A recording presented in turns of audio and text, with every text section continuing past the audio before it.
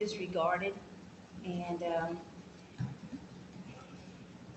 we've had that property for so long in our family, and I have a small home there, and I can't even get the fiber optics or any kind of telephone service because the roads are, it doesn't go that far because the roads are in bad shape. Um, we love our land. It's been in our family for a long time, and we just want to be able to travel through it without having to purchase a four-wheel drive vehicle because the roads are in such bad shape.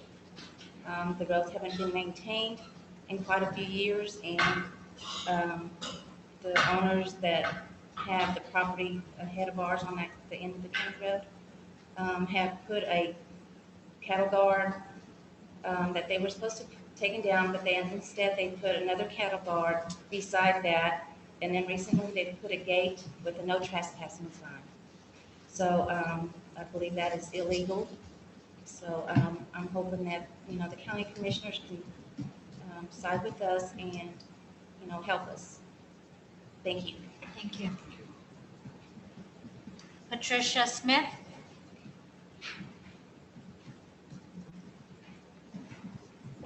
Good afternoon, Commissioners and County Manager. My name is Patricia Smith, and I am President of the Extension Association of the State of New Mexico, but I'm also a member of the local San Miguel County Extension Association Council, locally known as the Bees. We meet monthly, and as the president of the state organization, my theme began a year ago to address recycling with an emphasis on keeping a lot of the containers that we all purchase and throw away, keeping them out of the landfills. This past August, our local organization hosted a recycling crafts fair, which was very successful, and we will continue to do this on an annual basis as long as there's interest.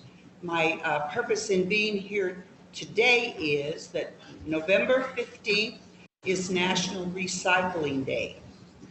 In San Miguel County, we don't have an official recycling program, and I've learned recently that in Santa Fe County, they have a county recycling program. Through working with the city, we got some invaluable data about what it costs to carry all of our refuse to the landfill. We learned that we only have maybe 5 more years of accessibility to the current landfill that we use. And at the end of the term, when in 2025, when we can no longer use the Daniels Ranch as our landfill, the plan is to go to Estancia, at least for the city of Las Vegas. I don't know what the county plan is, but what if in 2025 the Estancia landfill is full? Where are we going to go with all of our trash? What does it cost the county of San Miguel to haul trash to Wagon Mound? How much is collected from consumers who use the local transfer stations? And is it important that we begin to reduce the cost of depositing our garbage into the landfill? I'm charging all of you to take this matter very seriously and to look into what other possibilities for recycling in San Miguel County that could be a benefit not only to our county budget, but to our county population. At our recent state meeting for Extension Association of New Mexico, we had a woman who's a member of the Union County organization, and she lives in San Francisco. And that woman came to our meeting dressed in a dress and a pair of shoes that she purchased in San Francisco that were made from recycled plastic. The fabric was made from recycled plastic, and the shoes were made from recycled plastic. And there are lots of websites now that you can begin to look at that show in the state of California, the young adults in that state are looking at how they can use recycled materials for the benefit of the population in the United States without throwing it into a landfill. Thank you so much for your time. Thank you. That concludes public input. Next, we'll move on to new business, oath of office, San Miguel County Detention Center.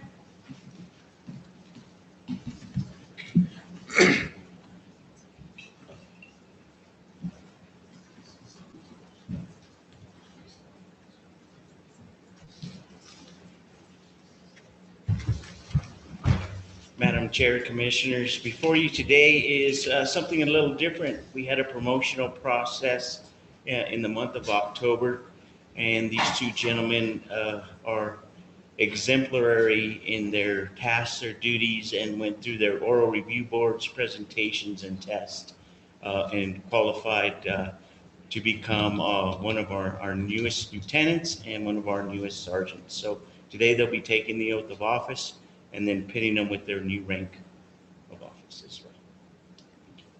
Congratulations. Let's move forward. If you can repeat after me, the oath of office. I state your name.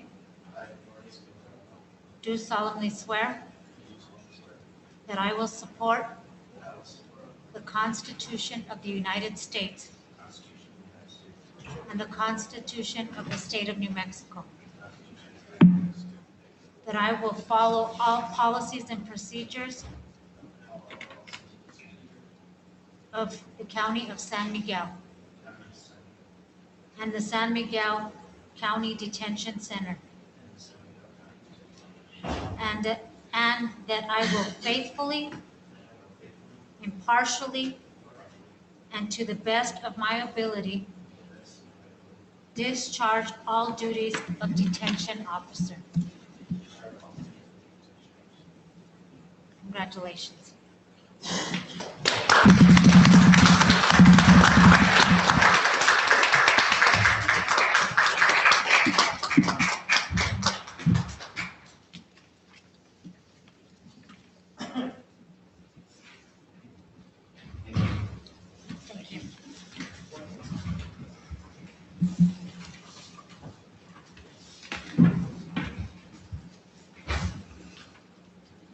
Next up, we have presentations, grant proposal and updates. Presenter Elizabeth Juarez and Philip Martinez, Chamber of Commerce.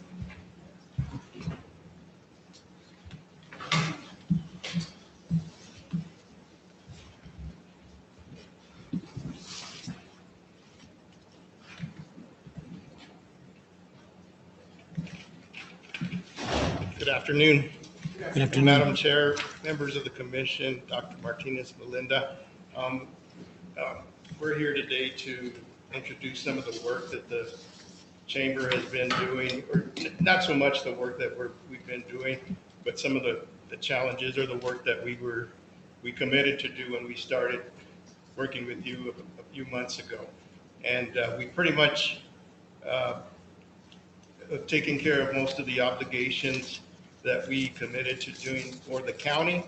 We have one obligation that's writing 2 grants for the county, and we'd like to talk about those grants. We'd also like to talk about some future grants. It won't take us too long, but I want to introduce Elizabeth Juarez, and some of you may know her already. She's actually writing those grants for us, and she'll tell you about the grants. It's ironic that one of them is about recycling.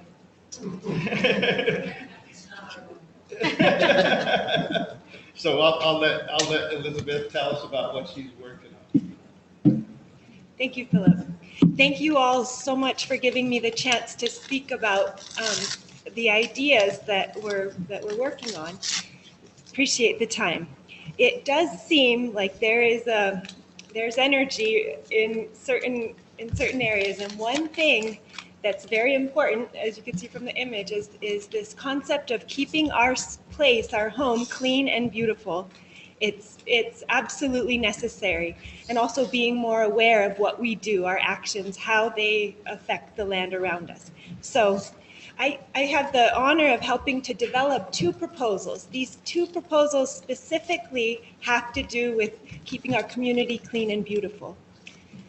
The first one, next slide, please. The first proposal that we're making is to the New Mexico Environment Department, their Solid Waste Bureau. They support development of recycling centers. It turns out that recycling in the whole world is changing its face right now. We're facing huge crises, especially with recycling plastic.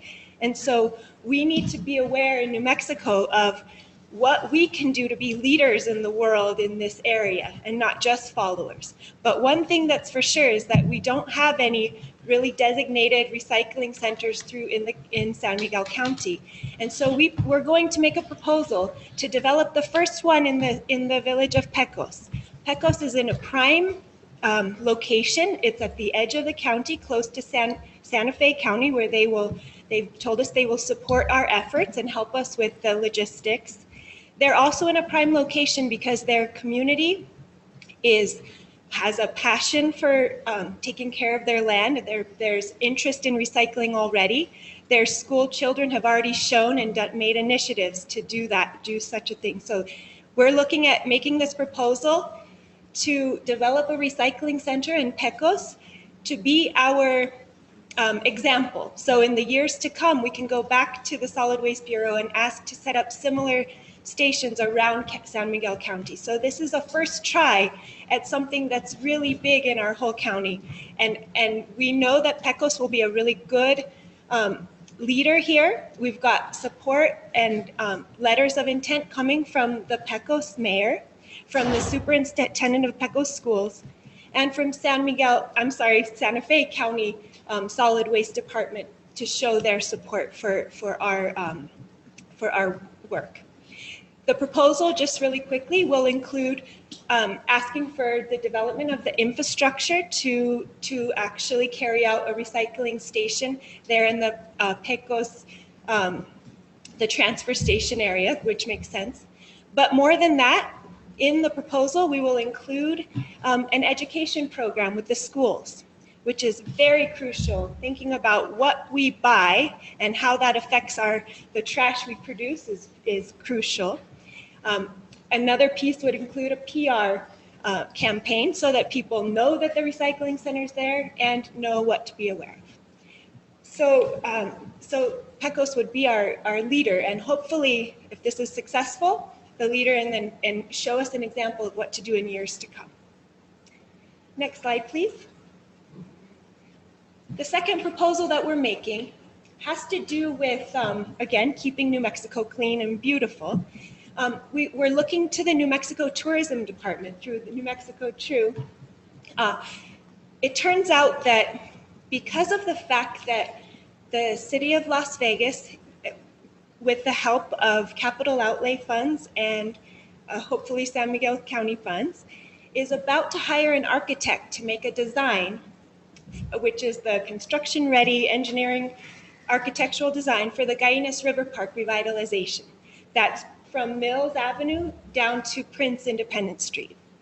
This is a really kind of a crucial moment because with this design, we'll have shovel-ready documents, which means that funders love to support projects that where the dollars are clearly specified.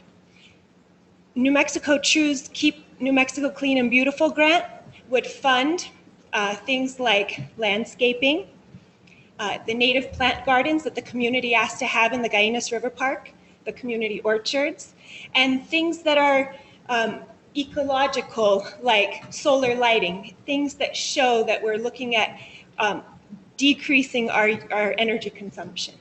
The really beautiful thing about this is that their landscaping sort of efforts would be like at the entrances of the park by Bridge Street. This would be an opportunity to make beautiful entrances to the park, make it very clear that this is our celebrated center of town, where we could make the entrances as beautiful on the east side where there's already a trail.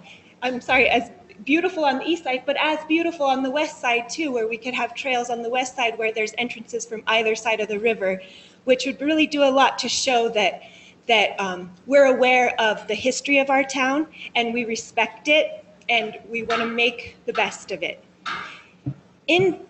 In talking with the program manager for this particular New Mexico Tourism Department grant, I received strong encouragement to apply for this grant because we'll have such a clear project that we're doing. But I also received encouragement to apply to other New Mexico Tourism Department programs, like the Rural Pathways Program, where they support developing trails right in town that even lead out of town. So for instance, they would support something like a trail that leads us through the interpretive signs of the Guyanus River Park. There are 2 there now and 5 more coming soon, and there could be more.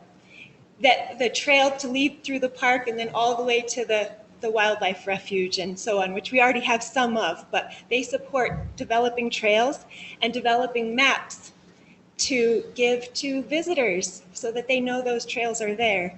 So they encouraged us to apply for that too. That's not part of these 2 proposals, but there's also a new outdoor economics program, and there's an encouragement to apply for the Outdoor Equity Fund to support our children to be outdoors even more, fishing and hiking and things. So in doing research for these grants, we're getting encouragement to apply for more, where the program managers are saying, oh, we would love to give you money for this, this, and that. So just a heads up that there are lots more opportunities available. So appreciate the time. If there's any questions, I'd love to answer them. And I look forward to, no matter what comes of the proposals, I think we've got good ideas and good energy, good possibilities within our community. Just to let you know that the chamber is paying for the 2 first grants that she spoke about. So as the commitment that we made to the county, we would like to pursue the other 2 grants. Unfortunately, we don't have the money to do that right now. So we are going to come to the commission to help us with those grants as well as the city of Las Vegas. So, and just to let you know that the first 2 grants could possibly bring in about $950,000 of dollars to the county, and that's part of the economic development part of these grants. And like Elizabeth said, any questions, please? And so that it'll bring $90-some thousand to the county. Will it bring jobs as well? 950,000. 950,000, okay. And how about jobs? Yes, it will bring jobs. It will bring jobs to the area. Yes. Any idea how many? No, we haven't done the research on that, but there's a lot of mathematical calculations out there. Yeah. The proposals are to be submitted in February and March, so we'll have more really specific information. And so please keep asking the questions and we'll definitely pass the proposals around so that you could give any input so we can make sure we include everything that you all think is important. Thank you. Anybody else have any questions? I have one. More of a comment. First of all, thank you for your work, Chamber and Elizabeth, for the Chamber getting this grant writing process. But and I'm glad to see that something that Dr. Martinez had mentioned earlier about this recycling program starting in Pecos, that it's actually has a really good chance of getting going. And you know, just to reassure everybody that that's the beginning of our plans for recycling for the county. It's not. This is not the end. This is the very beginning, and we fully intend to look at some other opportunities and possibilities with regards to recycling. But and I personally support your efforts, especially with the River Park and everything you're doing. And just thanks for keeping it going. Thanks to the Chamber for seeking out those opportunities. Thank you. Madam Chair, thank you. I also want to express my thanks and thank you for starting at Pecos. We've had a recycling program there that has been bumpy, as you know, and some people in this room have met with our county to move this along. So I'm really excited to see that you're moving on it. So thank you, and thank the Chamber for this. And I got invited to my granddaughter's first field trip, and it happens to be to the recycling center in Santa Fe. So I'll be happy to assist you, work with you. If you want to just run ideas past me, please let me know. And I'll let you know what I've learned. And I did refer you to the recycling in Were you able to go over there yet, Mr. Manager, to Fort Sumner and check out what they're doing? Yes, we talked with them. We've been getting wonderful ideas. So this is so valuable in this time when we're coming up with the structure, the sort of pieces of the proposal, all the insights and all the help we can get now, the better, the more, the better. And it will, what we can't apply for now, we can set on our scale, our list for things that we want to include next year and the year after and so on. Thank you. So thank you. Madam Chair, Thank you. Commissioner Nahar? I currently recycle at Highland University. They have a pretty vibrant recycling program. And sometime back, they stopped taking paper. So they said they could no longer accept it, so I take my cardboard, aluminum, and then, but as of 2 weeks ago, they told me they could no longer accept plastic. That's right. It has something to do with the tariffs from It's China. the or- whole world. It's the whole world. We're really in a Yeah. crisis right now. It's That's quite, unfortunate because those are bulky. I mean, that definitely, we should recycle anything. It seems to me like that would be the main thing we needed to recycle. that's right.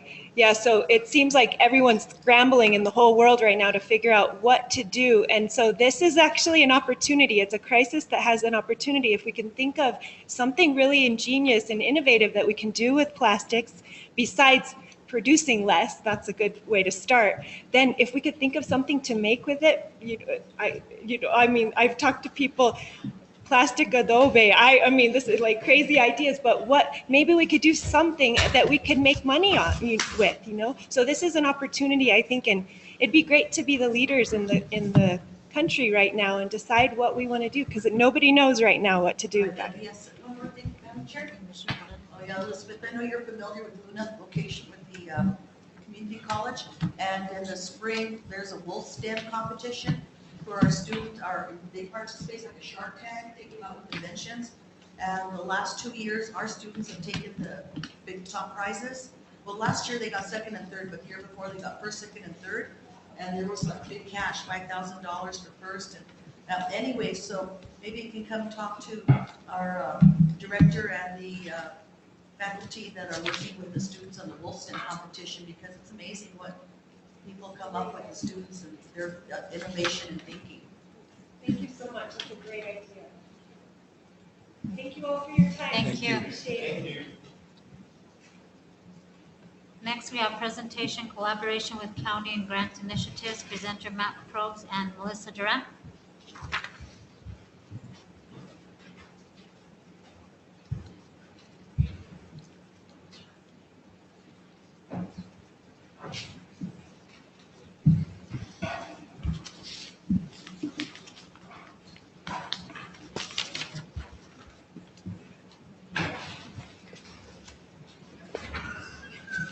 Madam Chair, Commissioners, thank you for having us here.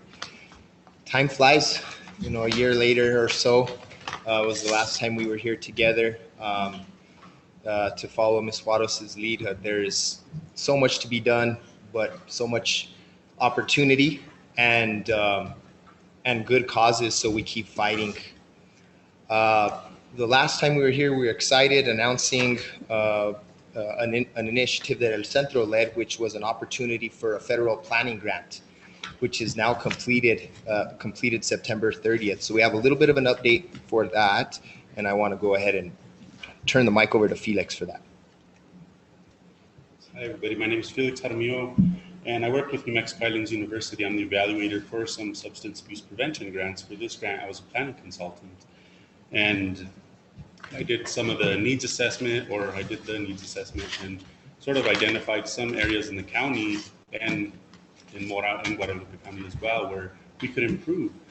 And now coming up here in the near future, we have the executive summary of all these findings that I found, and that's just something I kind of want to bring to your attention to look forward to see the work that we were doing throughout the past year. So that'll be coming up here soon, probably within a week or so, hopefully. So once we get that, we'll give you guys a copy, and we'd love to hear your feedback on that. Thank you. So a beautiful document to come. And when I say we, I mean a big we, a big weaving has now has become kind of a brand of many agencies working together to combat what is being called the opioid crisis, but we all know it's a bigger crisis than that. It's about all substance misuse. And so What you're not aware of, I had not announced yet, was a second opportunity that came up that El Centro led. Chris, you should come up too. Chris, as you guys remember, Chris was originally here. I think it's been already 3 or 4 years that we originally started presenting on the work that we were trying to do together. So I should say Sheriff Lopez in all respect. So another opportunity came up that El Centro led an initiative for, which is an RCORE implementation grant. And so that is now underway. This is a 3-year grant that we're working with. On the planning grant, we had local partners within really under the umbrella of the MSG collaborative, but local partners, which included you all as the county, the city police, which, you know, again, times change, but at that time, Chief Lopez was a part of that component, Highlands University at the table, and an agency called New Mexico Hope. So those were the core partners for that grant. In this implementation grant, which again, thanks to Representative Salazar and Senator Campos, we were able to get 2 memorials, both through the House and the Senate last year, supporting our efforts. It led to a further regionalization of the project. So regionalization meaning the entire northeastern quadrant is now what we're working on in the implementation grant.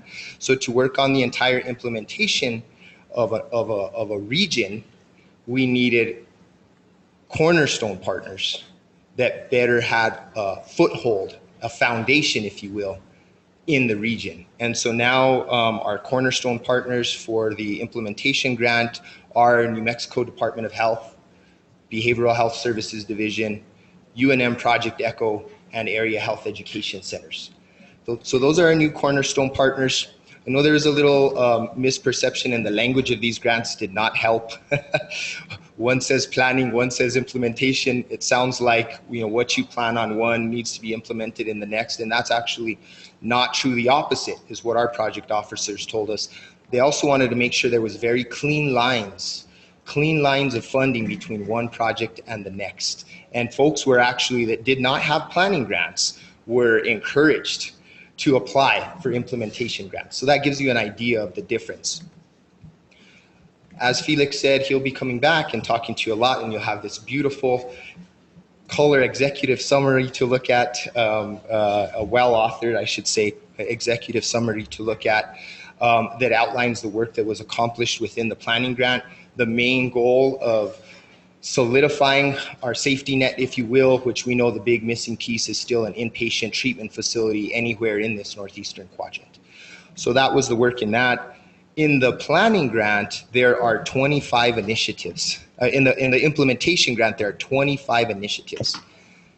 So in implementation, again, now regionally, solidifying things that have been started. For example, the detox program going on at the hospital that needs to be solidified.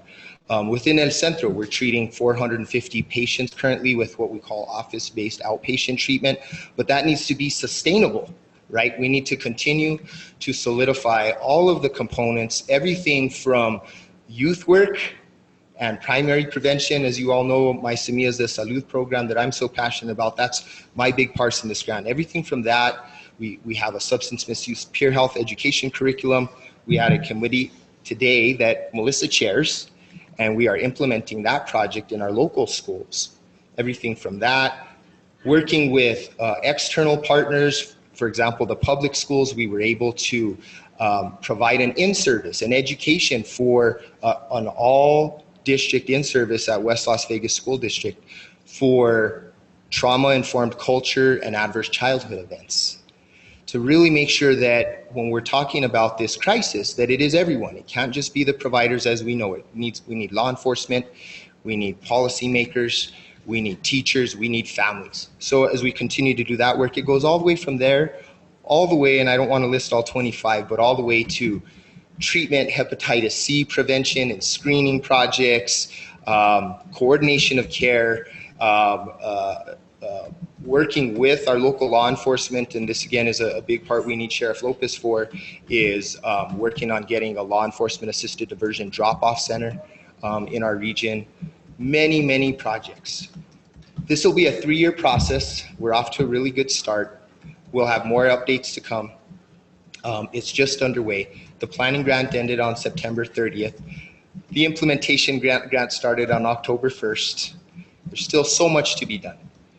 But the point of everything is that in working together, and there are many threats, I don't have to explain them to you. You all know them well. You know, as Senator Campos has told me many times, that maybe sometimes our biggest threat is ourselves. Not only ourselves as individuals, within ourselves as we battle, because healing starts from within, but our battle within our communities, that we can no longer be the lobster pot of northern New Mexico. We have to work together. We have to prove to the legislature and to the feds that that is gone. That regardless of individual issues or whatever that might be going on that tries to destroy our ability to work together, we're going to continue to work together. That we cannot be divided. And so as we do that and we solidify what has been outlined in action items of the planning grant and is now being worked on with 25 action items in an implementation grant and beyond that, because there are many, many partners, many of them in this room, including the detention center, who is also involved in efforts, and others, private agencies. I was just talking with Stephen Salas about what we need to do for transitional housing, because that's a very important component. There's a private group that's working on that in Raton, in Colfax County, which again is part of this regionalization. The more and more everyone can be involved, the more likely it is that when this application process is ready for the Comprehensive Recovery Center, which is on delay right now, but maybe that's a blessing because it gets us time to strengthen the weaving. When that application comes out, it's going to be highly competitive. There's going to be 10 sites in the country, $20 million, I believe it is, within the budget. 20, 10, 15, based on the legislation, large dollars coming from the federal side, that we can compete here locally. And so all of those initiatives, including transitional housing, there are 8 definitions of a comprehensive recovery center. We need to be able to say, we have all of them. All we need now is the support to actually have the facility here. Ideas of saying, well, we've thought about it, we're working on it, those applications are not likely to rise to the top of that highly competitive process. So that is where we are, again, working together. We appreciate all the support of the county and the ongoing efforts. Thank you, and we're ready for any questions. One comment, Madam Chair. Mr. Probst. I follow your work. By whatever means I can get information, and I just want to thank you, because I've seen it not just probably from midway to where you're at now, and your method and your engagement and your ability to work with other entities and people. I just want to thank you for that, Matt, because I know it's an element, and it's a huge process, and that you guys have stayed constant and you're working with everybody, and it's going to pay off.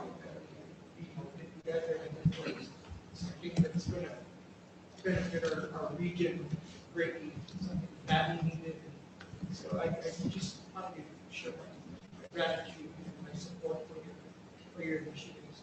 And Yolanda, thank you so much for all the time you put into this. You're an asset to this organization. I would also like to say thank you to all of you guys for the hard work that you've done. I was involved a little bit at the beginning, but then I pulled away a little bit just because I have a full-time job too. It was a little tough on me, but I've seen what you guys are doing, and I appreciate it.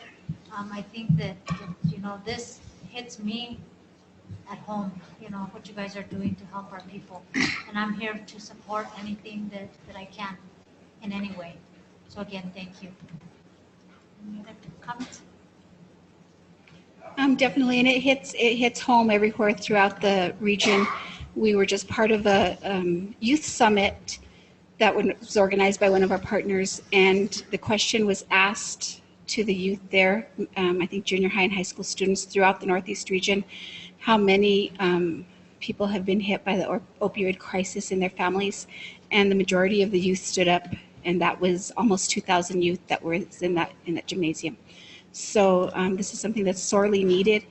And although we're not funded partners on the implementation grant, as Matt said, the funding lines had to be very clearly differentiated.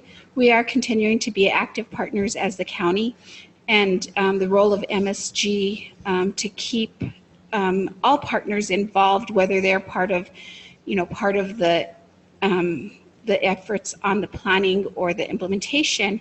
There's still that comprehensive circle of services that engulfs everybody in the community.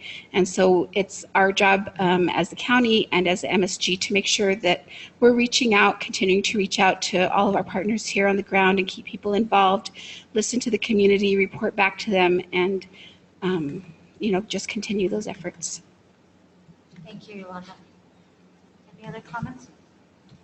Thank you again. I appreciate it. Thank you all.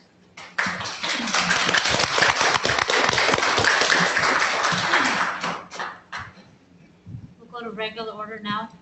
First item on the agenda is a memorandum of understanding between San Miguel County and the City of Las Vegas. Presenter Vidal Martinez, County Manager, and Elizabeth Juarez.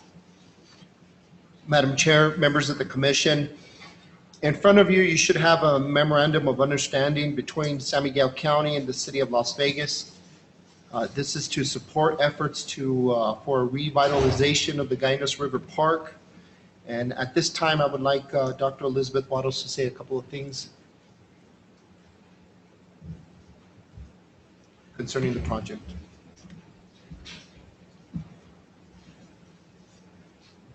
It just so happened that the two things happened on the same day. Sorry to take so much time. This that's about to happen is so exciting because really what our whole community, with the support of the state and the county and the city together and the community, I mean, it's really the community that's been the driving force, has decided that it's an important thing to make sure that our water is clean and as abundant as possible, and to just really celebrate the Gainas River that goes right through our town and make it the most beautiful part of our town, because it's really our artery of our town. And it's been already a year, I think, that you commissioners have shown that you support this project. And it's at the point right now where we get to pay somebody to make the design, to make some things happen. We've done a lot of the actual river restoration work already, supported by the Hermit's Peak Watershed Alliance. But this particular design is for the park amenities, for the things that make it so the park is just that much more lovely for us to enjoy. The design comes from last year's community design workshop, where we got everybody together and got input from the community. And so the things in the park will not be what some architect from somewhere else thinks of. It will be what that person knows how to write down and translate from what our community said that we want.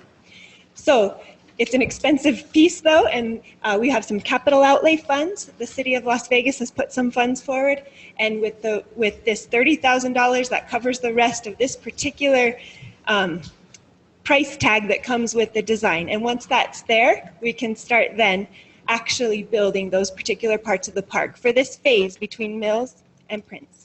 So any questions, please feel free to ask. Comments. Yeah, I'm really excited to see how this has been elevated. I'm 95, I was an AmeriCorps volunteer, and I worked for the local Leo Gainas Acequias for several years. And we pick up trash, plant a few trees, and it was always very sad to see that section of river be not only neglected, but treated kind of like a dump. And to see the transformation of what you're doing and the vision and support is just unbelievably heartwarming. And that's my thing, rivers and water, and I just love seeing that. Thank you so much for doing the work you do with that. Thank you so much. It seems like it's not even what I'm doing or others too. It just, we all respect water here. We can't help it. We need to, right? It's the kind of place where we all know. So thanks. Anybody else? Madam Chair, the 30,000 allocation, this is the same amount that was approved by the commission earlier this year. So it's not an additional 30,000. This is the same 30,000. And at this time, I'm requesting approval for MOU between San Miguel County and the city of Las Vegas. Madam Chair, Commissioner. motion to approve.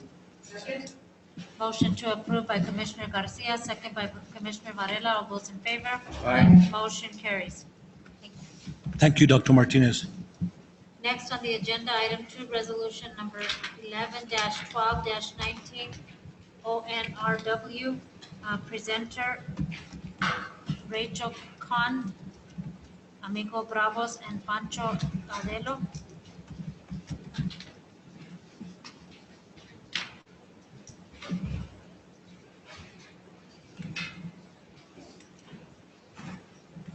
Good afternoon, Madam Chair and members of the Commission. My name is Frank Adelo. I'm president of the Upper Pecos Watershed Association.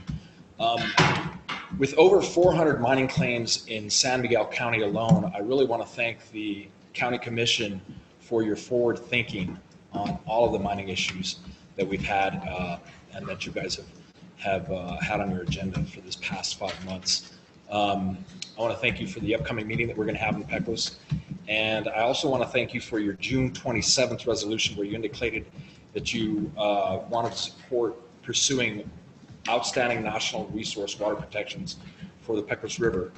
And today, we, the Upper Pecos Watershed Association, are here to present a follow-up on that and hoping that San Miguel County will join the Upper Pecos Watershed Association in petitioning the Water Quality Control Commission for outstanding waters protections for the Pecos River. Rachel Khan, who's with Amigos Bravos, has been a key partner for the Upper Pecos Watershed Association, and she's much more of an expert in this than I am, and so I'll just turn it over to Rachel. Thank you, Madam Chair, members of the Commission. Thank you for your time. My name is Rachel Khan. I work with Amigos Bravos. We're a statewide organization that works on water protection. Today, as Pancho mentioned, I'm here to give a brief overview of what outstanding water protections are, or they're also called ONRW protections, and to answer any questions you may have. As Pancho mentioned, outstanding water designations are made by the New Mexico Water Quality Control Commission. It's a state designation. Once the designation is made, they become part of the state water quality standards. And we have many outstanding waters already designated in New Mexico. We have all the waters of the Valle Vidal, and we have the Rio Santa Barbara is an outstanding water, and then all the waters in wilderness areas across the state are also outstanding waters. So outstanding water protections would stop any new pollution in the Pecos if it was designated. So the designation stops new pollution. No additional degradation is allowed once the protection is in place. Outstanding water protections would protect the many users and stakeholders of the Pecos watershed, including traditional land users such as farmers and irrigators. Outstanding water protections would protect the river from new pollution, such as the proposed Torero mine. It's important to note that outstanding water protections would not stop existing activities, even if they are causing some pollution in the river from ongoing activities. Those would not be stopped or impacted. To underscore this point, there is specific language in the state regulation, in the state outstanding waters regulations, that make sure that acequias are not subject to new requirements. So, and the specific language is acequia operation, maintenance, and repairs are not subject to new requirements because of an ONRW designation. And that's found in the state regulations at 20.6.2A3E.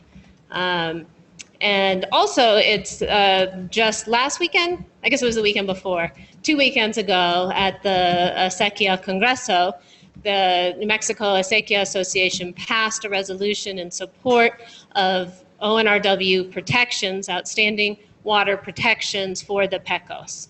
And we actually have copies of some of these handouts here. So we have the resolution. We have copies for everyone. And then we have two other fact sheets to answer any questions you may have about ONRWs. So just to describe those fact sheets and the other handout, which is a copy of the resolution that the New Mexico Acequia Association passed.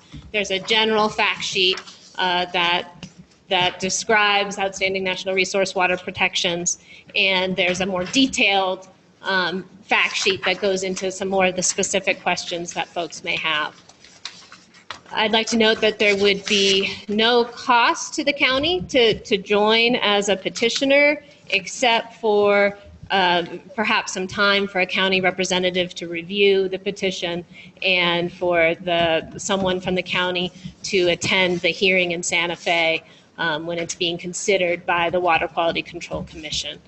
So with that, I thought we would share a video that we've put together with some folks from the Pecos area about their thoughts about having the Pecos River be nominated and designated as an outstanding water.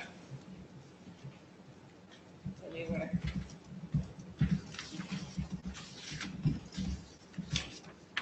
playing around with this earlier, and there was maybe some sound challenges, but hopefully we'll be able to get it.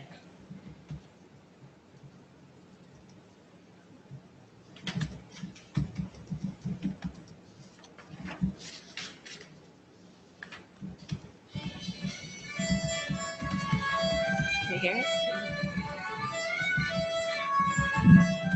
Outstanding natural resource waters is a way to protect our special waters for all of our users in New Mexico. Outstanding natural resource waters, otherwise known as ONRWs, are the waters that receive the highest level of protection under the Clean Water Act. They are most outstanding waters, and once they're designated as ONRWs in the state water quality standards, no more degradation is allowed to happen. So increased degradation is prohibited. So it's a way of protecting our special waters from water quality impacts. Outstanding national resource water protections will protect all these many different users, including our New Mexico traditional users, by stopping increased degradation. It doesn't stop anything that's ongoing on the landscape at the time of designation. It's only new or increased degradation that is prohibited. My name is Ralph. I've lived here my entire life. I'm 41 years old now. My family's been here for my dad's side at least 8 generations. The water should be important to everybody. This river is a broken because all the water that comes from the sky must be consumed. The earth consumes it, all the creatures, all the plants. It's necessary for this system to survive and for us to be here. Water is life. Otherwise, without it, we're not doing this kind of stuff. As a traditional land user, ONRW, outstanding national resource waters, is important to us. Yeah, clean water is the most important thing. You know, with this area of the Pecos River, just down the Pecos tree, it goes back to 16, 60 feet on both sides. One on the side of my livelihood, to protect my life, actually, because, you know, without the water, you know, we're going to be able to make it here. I support ONRW because we use the water to survive. That's what we do for a living. We use the Pecos River for our vegetables, our cows, our goats, our kids swim in it. Who wants to dirty water polluted? ONRW will keep the water clean for generations to come. Not just my generation, but my grandkids, their grandkids.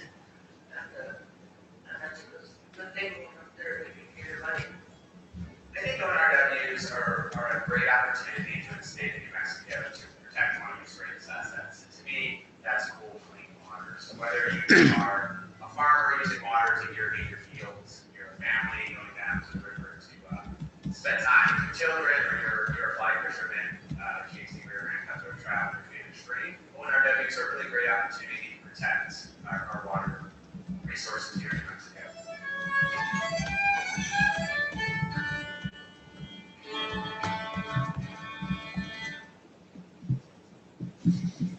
Thank you, Madam Chair, members of the commission. We'd be happy to answer any questions you may have. Commissioner Trio? Is this a federal designation?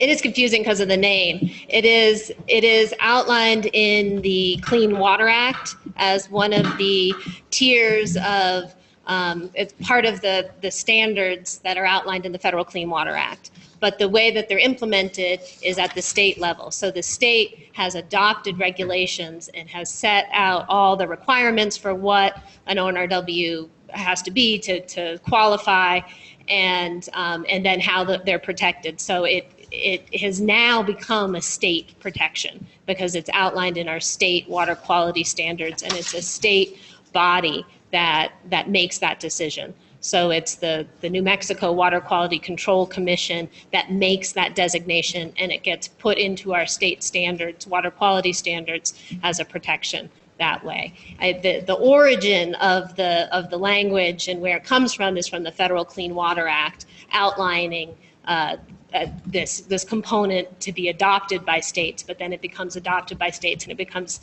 a state protection. Okay, that was a great explanation. Thank you for that. And so, since it's a state protection taken from the language from the Clean Water Act, is there anything that this adoption of this ONRW for the Pecos River will, since the potential mining, the proposed mining that's going to hopefully not happen, but happen in Santa Fe County and in San Miguel County, by designating the Pecos River as the ONRW, will that thwart that movement by the mining company, or is the federal, the U.S. Forest Service will supersede this movement to create this ONRW? How do you expect that to play out? Madam Chair, Commissioner Trujillo, no, they can't supersede, the Forest Service can't supersede the ONRW protection. It is important to note that the outstanding waters or ONRW protections don't stop activities. So, it wouldn't say no mining allowed. It only stops pollution. So there wouldn't be any pollution allowed in the river. And from my experience of working for almost 20 years on mining issues in New Mexico, I've yet to see a mine that isn't having to get discharge permits and do pollution. So I think it is a very effective way of protecting the Pecos River from mining pollution. But I want to be clear that it doesn't stop activities. It's not a protection that says you can't have roads, or you can't have mining, or you can't have whatever industry. If an industry can show they can do everything without having any pollution in the river, then that would be allowed to go forward. But again, as I said, I've worked on mining issues for 19 years in New Mexico, and I have never seen a mine that hasn't impacted water quality and had to go after different permits. So permits would be very difficult, if not impossible, to obtain because they involve new pollution. Any other questions? Do I have a motion to approve? So Will moved. we read the resolution? Do you read it, or do you want to read the resolution? Madam Chair, Commissioner Varela, yes, if you could read the resolution, that would be great. Okay, and I want to thank you both for coming. I know you come from Taos, quite a distance, and again, Pancho, thank you for coming before this body again, for all the work you do for the Pecos River. I really truly appreciate that, and the audience members that are here that do the work every day to protect our waters and our river. I want to thank you, and those that aren't here that keep doing this work as well. So I'll read the resolution 11/12/19-ONRW. Resolution in support of protecting our local watershed from future degradation by petitioning the New Mexico Water Quality Control Commission to designate the Pecos River as an outstanding national resource water. Whereas the Pecos River watershed provides critical water resources to the communities of San Miguel County, including municipal, domestic, and agricultural users, and provides clean water to the numerous ancient agriculturally and culturally significant systems. Whereas clean water is essential for the health and well-being of San Miguel County residents. Whereas many residents and visitors depend on the Pecos River watershed for recreational activities such as fishing, camping, swimming, and hiking. Whereas the local economy is dependent on clean water to support recreation-based economic activities. Whereas outstanding national resource water protections outlined in state water quality regulations prohibit new and increased pollution to waters designated as an outstanding national resource water. Whereas outstanding national resource water protections protect and do not inhibit traditional and historic uses of waters designated as outstanding national resource water. Now, therefore be it resolved by San Miguel County that the county supports pursuing outstanding national resource water protections for the Pecos River and associated tributaries from Dalton Canyon upstream. Be it further resolved that the county will join with other interested parties in petitioning the New Mexico Water Quality Control Commission to designate the upper portion of the Pecos River and associated tributaries as an outstanding national water resource. Do I have a motion? So moved. Motion to approve by Commissioner Garcia, second by Commissioner Nahar. All those in favor? Aye. Motion carries. And I love the video. I I did. love the word, when I was playing the cow. Thank you so much. It's really fun to make. Thank you. Thank you.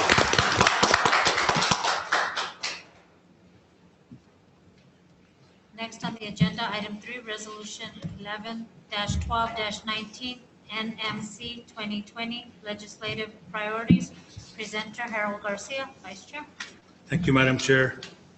As a board member of the New Mexico Association of Counties, I was asked to present this resolution today in support of the Association of Counties on their 4 legislative priorities that will be presented at the Midwinter Conference coming up in January. And so the resolution reads as follows. Resolution 2020 LP NMC resolution supporting the New Mexico County's 2020 legislative priorities. Whereas in October 2019, the New Mexico County's Board of Directors approved 4 legislative priorities for consideration by the New Mexico Legislature at its 2020 session, and whereas NMC has requested that the Board of County Commissioners in each of the state's 33 counties discuss and approve support for NMC's legislative priorities as an important step in assuring maximum understanding of NMC's legislative priorities at the county level, and whereas county support enables NMC to demonstrate strong local and statewide support to the state legislature for the following issues. Number 1, House Bill 2 appropriations, detention reimbursement fund, increased funding under the County Detention Facility Reimbursement Act, Section 3338B, or rather 3B-1, ETSEQ and MSA, to reimburse counties for the cost of housing state prisoners. The cost to counties under the act is approximately $8.4 million. Last year, the legislature appropriated only $2.3 million.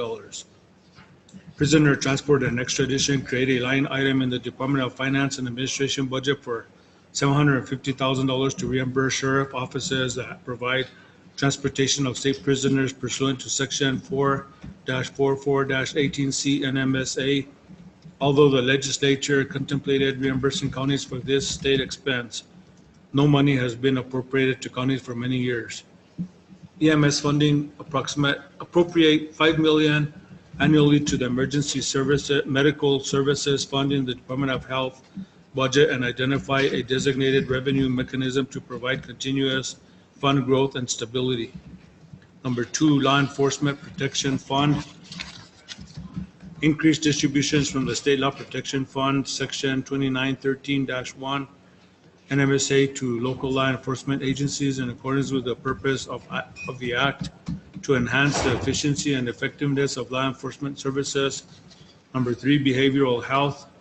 Renew and expand funding for the Human Services Department to provide behavioral health services to adult and juvenile offenders housed in county detention centers to reduce the likelihood of recidivism. Services should include targeted individualized interventions that address detainee behavioral health needs while incarcerated and connect them to supportive housing, public assistance, medical and mental health, and employment training as needed immediately upon release. Number 4, para solvency. Oppose increases in local government para contributions. New Mexico public employees rates currently are among the highest in the country. Any further increases in county government are ultimately absorbed by the local taxpayer. Now therefore be it resolved that the San Miguel Board of County Commissioners does hereby support NMC's legislative priorities as set above and urges that legislation incorporating these priorities be enacted by the state legislature during its 2020 session.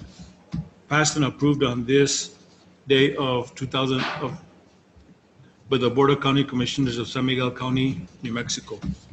Madam Chair, Commissioner Nahat? motion to approve resolution 11-12-1993, 2020 legislative priority. Second. Motion to approve by Commissioner Nahat, second by Commissioner Trujillo. All those in favor? Aye. Motion carries. Thank you, Madam Chair. Thank you. Next, we'll move on to item 4, ratification of travel for Commissioner Max Trujillo to attend the NALEO conference in Phoenix, Arizona, and travel for Commissioner Chris Nahat and Yolanda Cruz, DWI coordinator, to Las Vegas, Nevada. Motion to ratify, Madam Chair. Motion to ratify by Commissioner Garcia. Second by Commissioner Varela. All those in favor? Aye. Motion carries. Item number 5, consideration of additional lodgers tax funding, Pecos Business Association, presenter Alex Trujillo, Planning and Zoning Supervisor.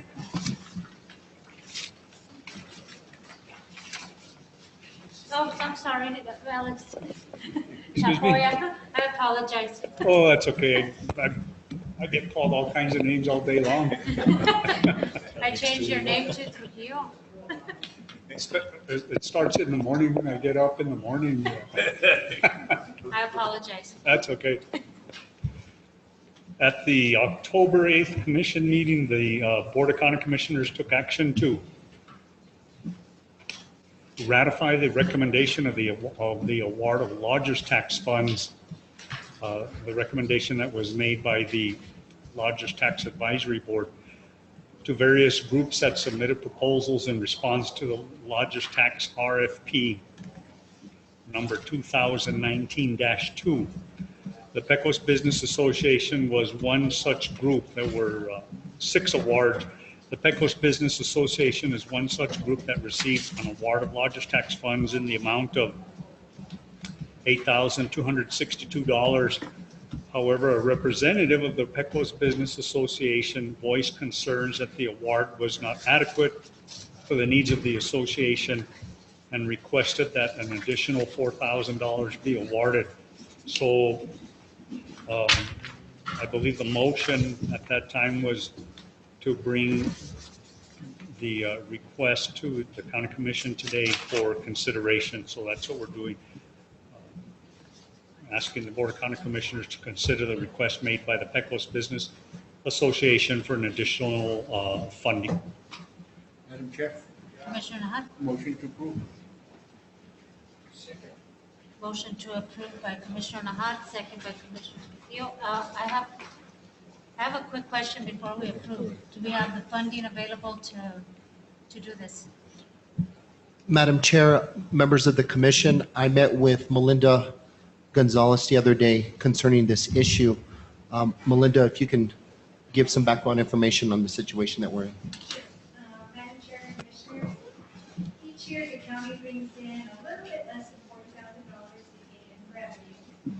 And this year, we began the fiscal year with $31,000, which allowed us to award as much as, allowed you guys to award as much as been awarded. Based on the last commission meeting, the cash balance at the end of the last meeting, based on the awards at that time, we're projected to end with $11,000. And we had a $6,000 commitment, I believe it was to the Las Vegas First Alliance for some funding that we wanted to apply for in 2021. that would be to about roughly $5,000. If you do a water for example, we do have the projected funding to do it. It's just going to shorten the amount or lessen the amount of cash carryovers for next fiscal year and the ability to move fund items. We do have the projected cash availability. I have a question, Madam Chair. Commissioner Garcia? Dr. Martinez, do you have any anticipated use of lodger's tax now that the legislature's coming up, biggest day, anything that might be of importance to the county? Madam Chair, members of the commission, I spoke to Ms. Yolanda Cruz and Mr. Alex Tafoya. Right now, the county is looking at lodger's tax when we host the conference in 2020. With Ms. Cruz, we indicated that we would need funding for banners and so forth. But to answer your question, only for the conference that we will host in 2021. So, Madam Chair, so to clarify, will there be additional funds at that time when we need it to advertise for that event? Madam Chair, members of the commission, yes, there will be additional funds. Mr. Tafoya, you submit the RFPs in probably April of next year? Yes. Okay. Okay, so we'll move forward. Do I have a motion? Commissioner Nahar, second by Commissioner Trujillo. All those in favor?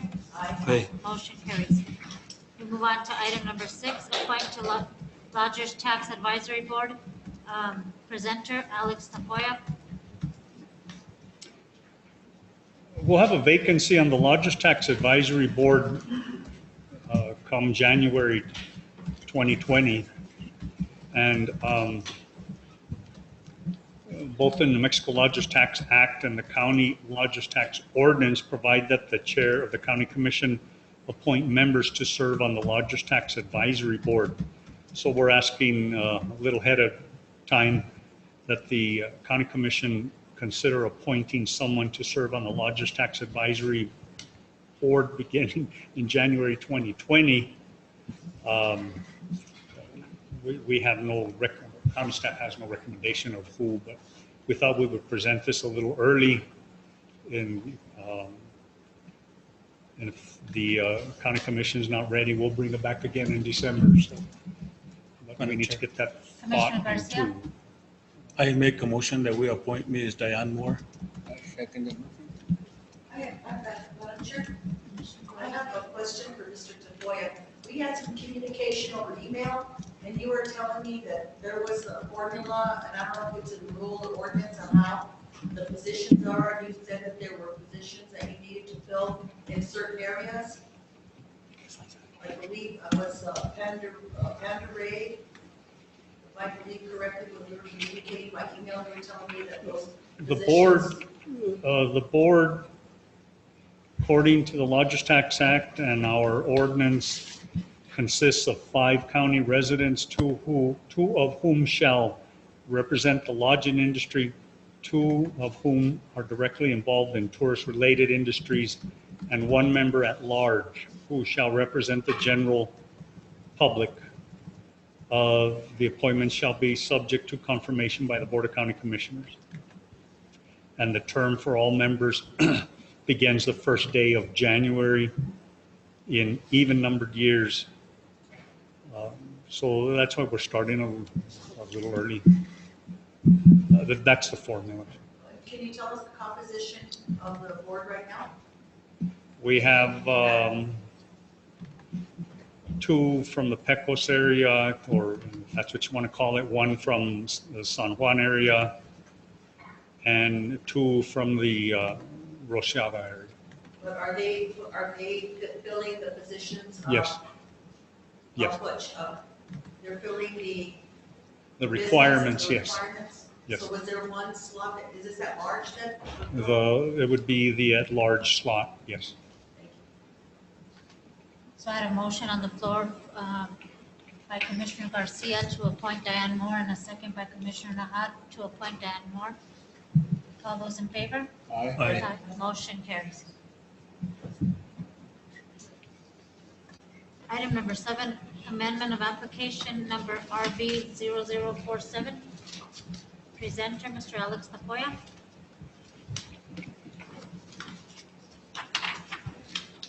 This is an application number RV-0047 to adjust lot lines of,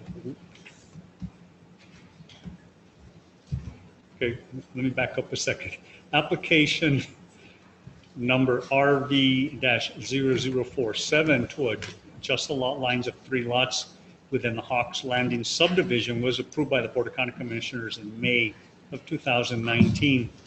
And since then, the property owner has determined that the lot line adjustment on the east side to lot 21, and lot 21 was one of those 3 lots that was approved in May, would be better suited if it were adjusted and moved to the southern portion of the east side of the lot due to the steep slope terrain of that portion of the lot.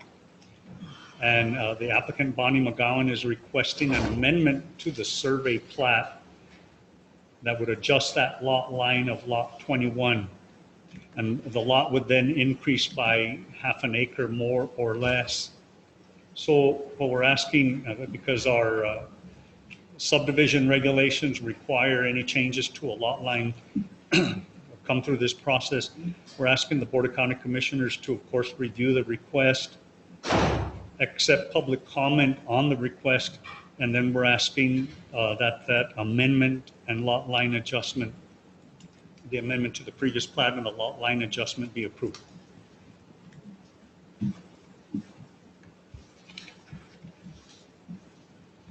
I have a question. Mr. Trujillo, do you recommend that we approve this? Is it similar to what we're doing with the, I mean, we've seen this before, just adjusting the lines? It's just, Does it affect anything? it's an approval that was done back in May, but we just want to move the lot line over a little bit. There's some interest in the lot, but the way the topographic layout of the property is, it makes building on the property a little difficult. And when we, in a subdivision, according to our ordinance and the New Mexico Subdivision Act, when there's any kind of a change to a lot line or an easement in an approved subdivision, has to come through this process. But we don't have the authority, staff don't have the authority to make that change. So it's a simple, it's a simple lot line adjustment is what it is. It's not adding any new lots or anything like that. It's not changing any easements. It's not changing any utilities, any roads within the subdivision. They're not changing either. So yeah, we would ask approval, yes. Is there any further questions? Madam Chair, is there any opposition to this project? No, we haven't had any comments or concerns from anyone. Do I have a motion? Motion to approve? Second. Motion to approve by Commissioner Varela, second by Commissioner Garcia. All those in favor? Aye. Motion carries. Would also ask maybe if the plat could get signed today, if that's possible. I think so. Maybe not.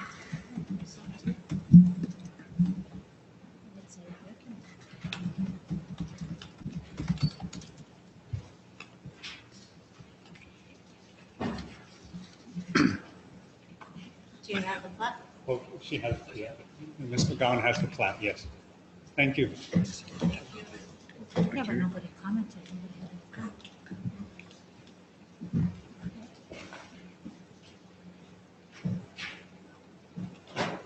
She's got it right there.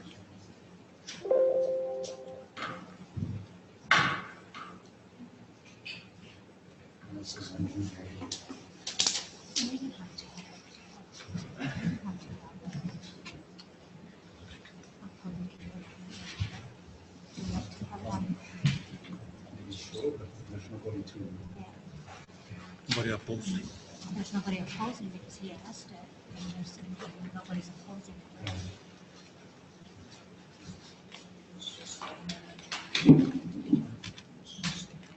The manager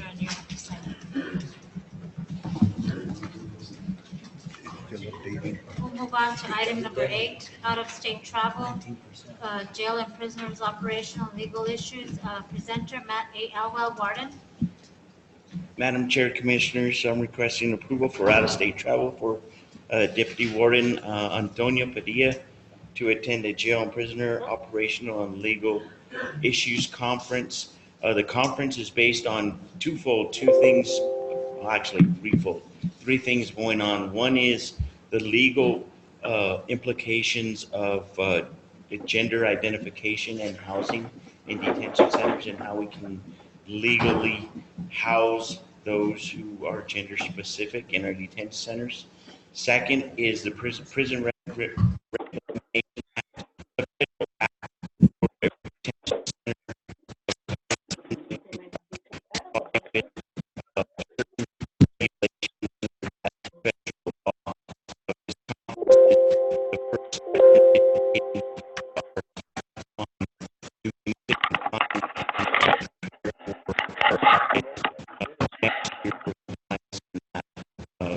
just the knowledge he'll gain from that.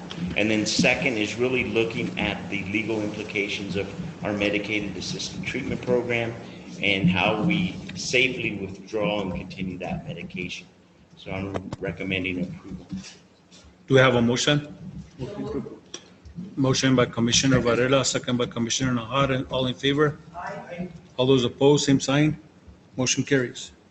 Next item, item number 9, out-of-state travel, pepper ball instructor training, and we have Mr. Matt Elwell to present. Chairman, Commissioners, requesting out-of-state travel for Lieutenant Stephen Garcia and Lieutenant Lawrence Aragon to attend pepperball instructor training. This training is rarely held in the state of New Mexico. This certifies them to teach our special response members on proper use of non-lethal pepperball equipment and OC spray. So I'm recommending approval. Do we have a motion to approve? Motion by Commissioner Nahar, second. Second by Commissioner Trujillo. All in favor signify by saying aye. Aye. All those opposed, same sign. Motion carries. Item 10, San Miguel County Detention Center Medicated Assisted Treatment Program Evaluator Contract with Data Analytics Research Team. And we have our warden to present. This agreement is an extension of our original agreement with Data Analytics Research Team. They are the research team who is evaluating our grant-funded medicated assisted treatment program. The original contract was an 8-month contract. For the first year of the agreement, we got grant funding to continue that contract. So this amendment actually does two things. It extends the contract for 8 months to get us into that July grant funding cycle, and then allows us to either extend that contract for up to 2 more years if grant funds are available. The dollar amount in terms of the condition are all tied to the grant, and this is totally paid by the grant funds. I recommend approval.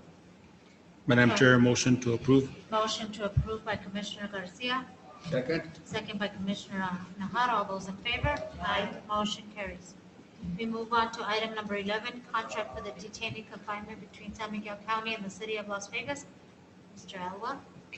This contract, been working with the City of Las Vegas on a new confinement contract for individuals who are arrested by the Las Vegas Police Department and are confined or brought in on charges for local city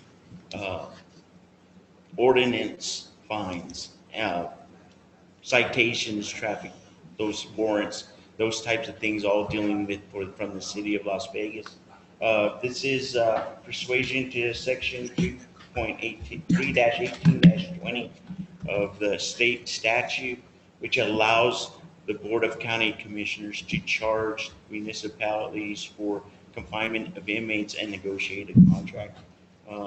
This really defines not only the cost that they will pay for confinement, but it really defines the terms on which we will accept these inmates under medical clearances, and that really defines those boundaries that were of some frustration between the two entities.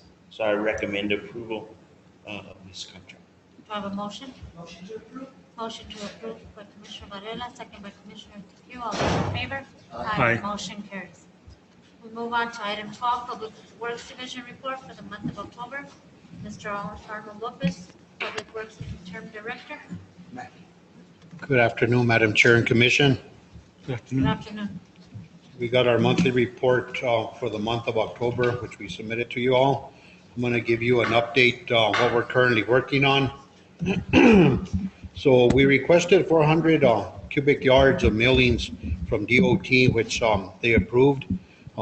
We have scheduled to begin on Thursday to haul that material into our crusher, which we will crush it. We'll have that material available to apply as needed. Our winter preparation, we've hauled in salt and cinders. We have a good stockpile. We've prepped all the equipment, ready for snow removals. We've staged materials, salt and cinders in Pecos. So we're ready to address any issues as well in Pecos in that part of the county.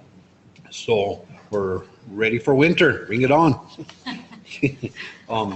And then, so we've been working with engineers and getting all the projects in preparation to go out to bid. We have all the bridge decks and low water crossing repairs. I've been in communication with Stantec, the engineer on those ones, and they are just about to reach final design on that. So as soon as we're thinking I might get final design so I can approve by the end of the week, and then we'll move into the bid phase on that, and I'd like to work on those through the winter. So hopefully we could accomplish that soon. In Pecos, on that project over there in that low water crossing, we already got the surveyor went in and surveyed, so we got survey on it. So we're proceeding with that. We're planning on setting up a meeting in December, community meeting there for input. So we are going to schedule a date soon on that. The other projects, we got chip seals going on in Gainas and various places.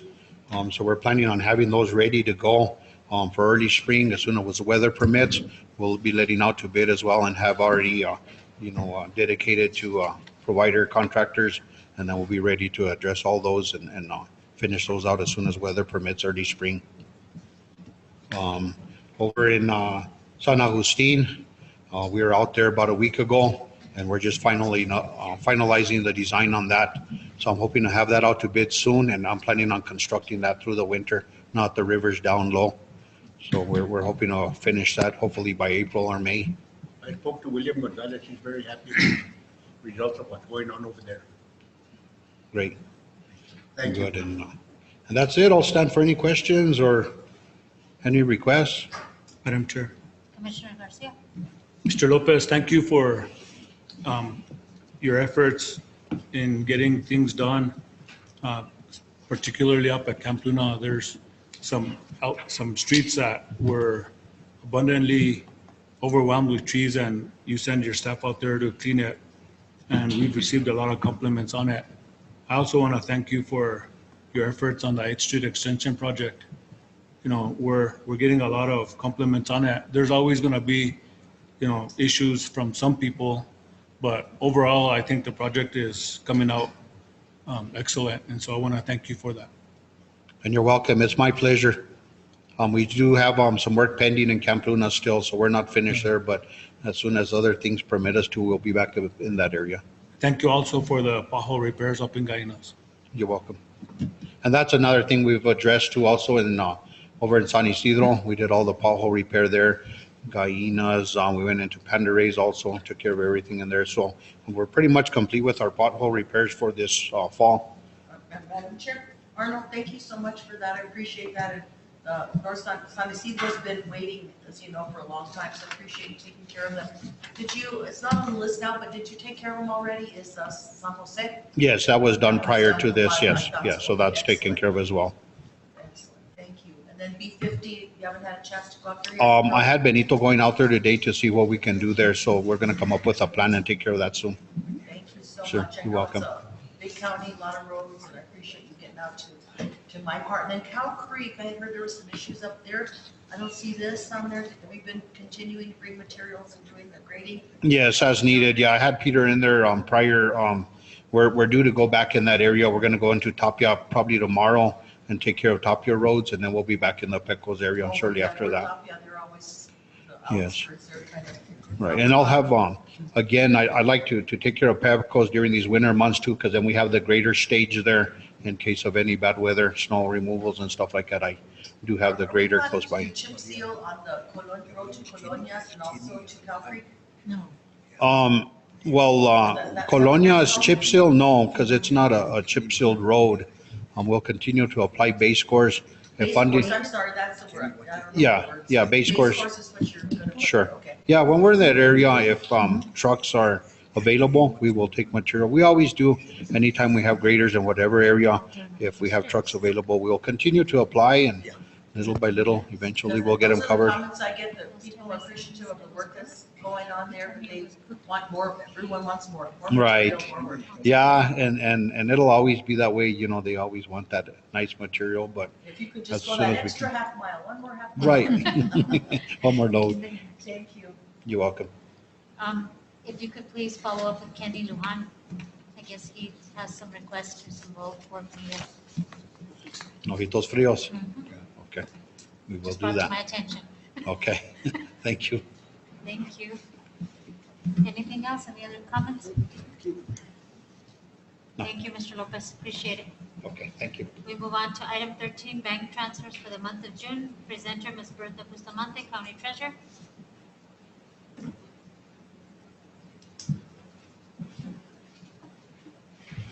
Good afternoon, everyone. Good afternoon. Good afternoon. Any questions on our bank transfers that we had in October? No? Anybody have any questions? No? Thank you. No question? Thank you, Ms. Bertha. You're welcome. Appreciate it. We move on to item 14, quarterly tax dollar report. Ms. Bertha again. For September, October, no, July, August and September, I'm sorry. Our tax dollar report was $966,587 that was till the end of September. I was supposed to do it last month, but unfortunately I forgot.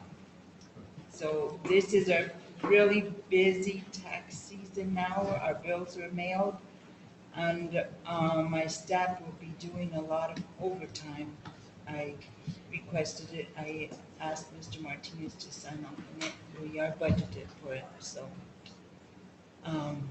they're coming in early in the morning, working through lunch, and I'm not letting them stay after 5 o'clock because of the time change and because they work very, very hard throughout the day.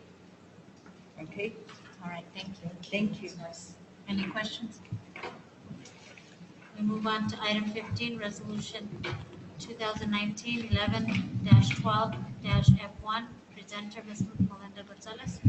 Madam Chair and Commissioners, just to let you know, at the last commission meeting, we had a budget adjustment, and I had mentioned that I was going to work with the assessor's office to determine whether their numbers were correct or if we felt comfortable with their numbers. And if we did, we would submit the budget as approved. And we did, the assessor's office and I did work with Tyler, and we felt comfortable with the changes in the property tax assessed values from what was originally turned over to the state, and we felt comfortable. So I turned over the budget adjustment. Then I happened to call our budget analyst just to kind of give her a heads up on it. And during our conversation, we had a discussion where other entities, including ourselves, were asking to increase property tax revenue. And right now, their stance is to not allow entities to increase property tax revenues until we really see what the collections are. Even though there's a probability that these assessments are correct and we're going to collect on them, they really don't want us to make any movement on them.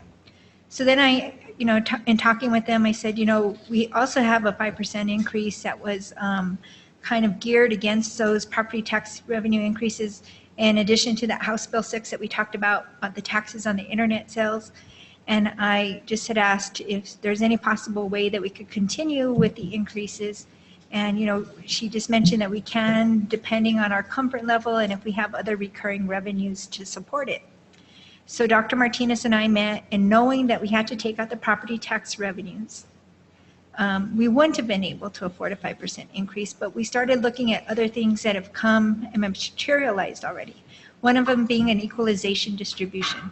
So first what I did is, I submitted the budget adjustment, and then based on our discussions, I backed everything out of the budget adjustment that pertained to the property tax increase, that pertained to House Bill 6, which was the internet sales, and anything that pertained to the 5% increases. I removed those from the budget adjustment that was recommended last month and only kept those items in there that didn't have anything to do with it, such as the local government road funds, lodger's tax, something with the EMPG funding, and I think a legislative appropriation for El Pueblo. So in saying that, I met with Dr. Martinez and I let him know what had happened. And in between there, we actually realized some additional funds for the equalization distribution. What we did is we budgeted equalization distribution based on a 5-year average. And when we actually received the funds, we actually received $127,000 more than what we typically receive.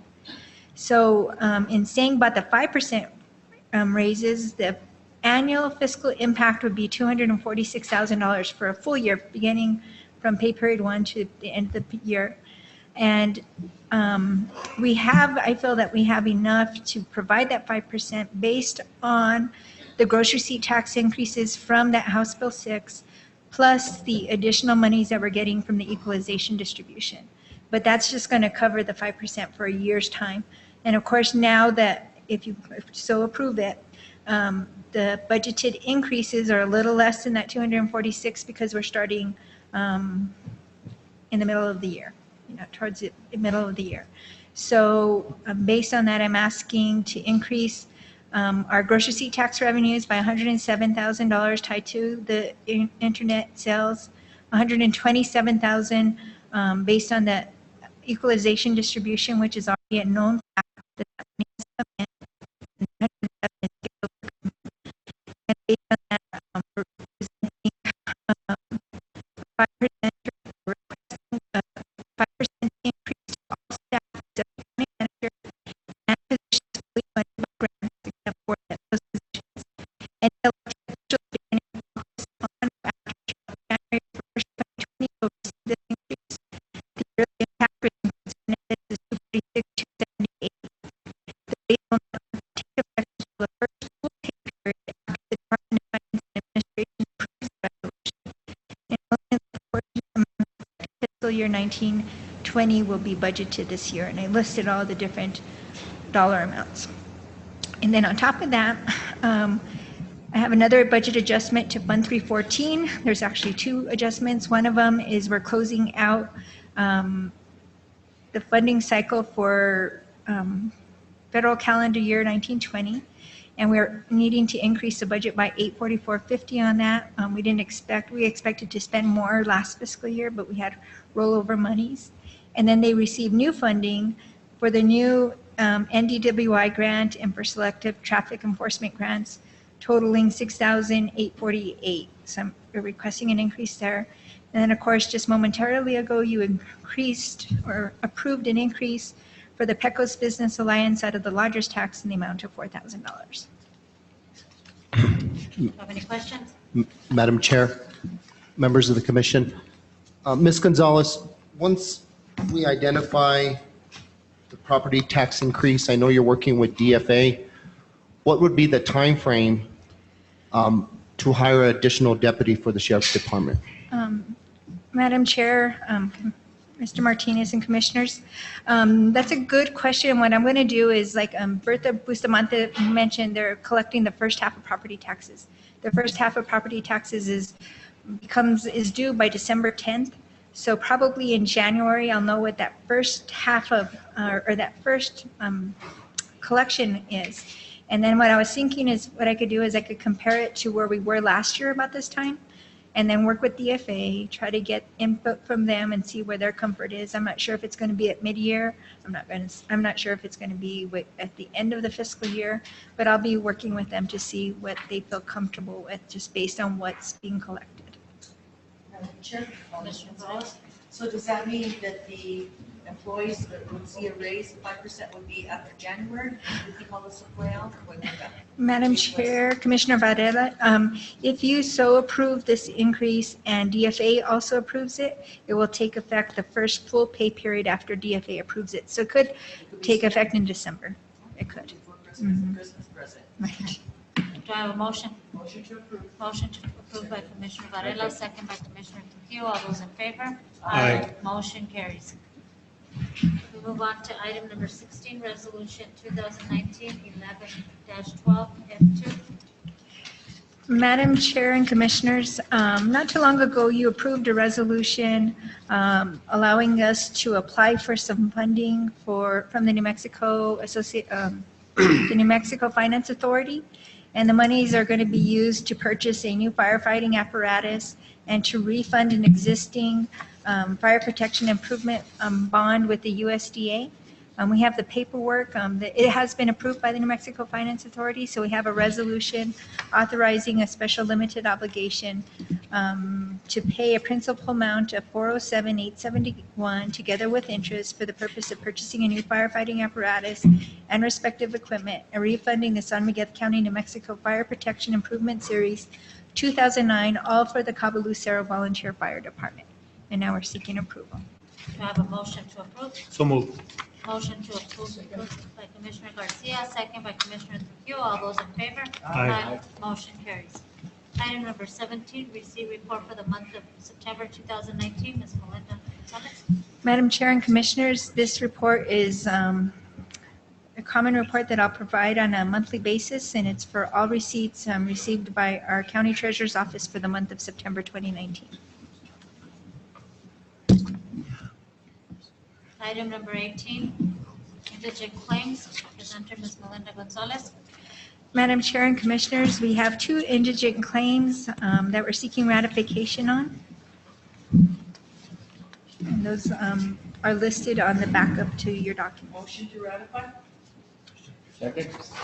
Motion by Commissioner Varela, second by Commissioner Nahar. All those in favor? Aye. Motion carries. Item number 19, journal entry report for the month of September 2019. I'm sorry. Go ahead, Ms. Melinda. Madam Chair and Commissioners, these are all the journal entries that were physically entered into our system in September of 2019, and the posting date of each of these entries is listed on the journal entry register that's been provided. Any questions? Thank you, Ms. Melinda. We move on to item 20, cash balance report for the month of September 2019. Madam Chair and Commissioners, this report lists all the different accounts that we have in the county, and it's reflective of the September 30th balances, reconciled balances. Any questions? We move on to item 21, budget report for the period of July 1st, 2019 through September 30th, 2019. Madam Chair, and Commissioners, this is a year-to-date budget report from July 1st, 2019 through September 30th, 2019 of all funds and accounts that have been budgeted for the county. Any questions? We move on to item 22, accounts payable report for the period of September 2019.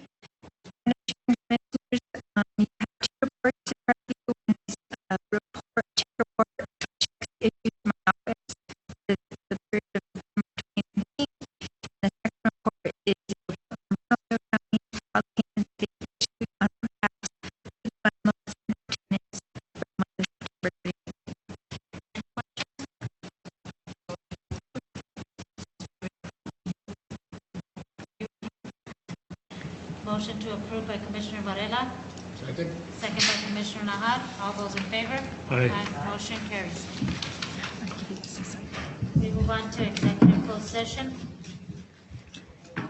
So move to go into executive session. Oh, yeah. Motion by Commissioner Garcia, second by Commissioner Trujillo. All those in favor? Aye. Motion carries.